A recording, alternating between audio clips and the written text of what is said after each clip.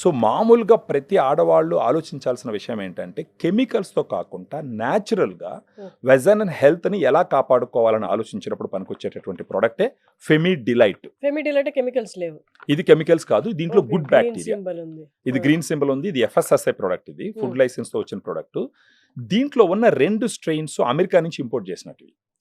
డానిస్కో and యుఎస్లో డానిస్కో అనే company ఉంటుంది. ఆ కంపెనీ నుంచి, అంటే వాళ్ళు ఈ స్ట్రెయిన్స్ గత 20 సంవత్సరాల నుంచి ప్రపంచం మొత్తం మీద వాడుతూ ఉన్నారు. ఇండియాలో ఇప్పుడిప్పుడే వస్తున్నాయి. దీనికి వచ్చేసి 2 స్ట్రెయిన్స్ ఉంటాయి, lactobacillus rhamnosus HN001, lactobacillus acidophilus LF14 అని చెప్పేసి. ఇవి 2 ముఖ్యంగా వెజనల్ హెల్త్ కోసం స్టడీ చేయబడినటివి, తయారు చేయబడినటువంటి గుడ్ బ్యాక్టీరియా. ఇప్పుడు లాక్టోబాసిలస్ రామినోసిస్ HN001 160 క్లినికల్ ట్రయల్స్లో ఆల్రెడీ టెస్ట్ చేసి సేఫ్టీ ఎఫికసీ ఎస్టాబ్లిష్ అయింది. అదేవిధంగా లాక్టోబాసిలస్ అసిడోఫిలస్ LF14 వచ్చేసి ఆల్మోస్ట్ 30 నుంచి 60 క్లినికల్ ట్రయల్స్లో ఆల్రెడీ స్టడీ చేయబడింది. అంటే ఇది ఓరల్ గా తీసుకోవాలా? రోజుకు ఒక క్యాప్సూల్ తీసుకోవాలి.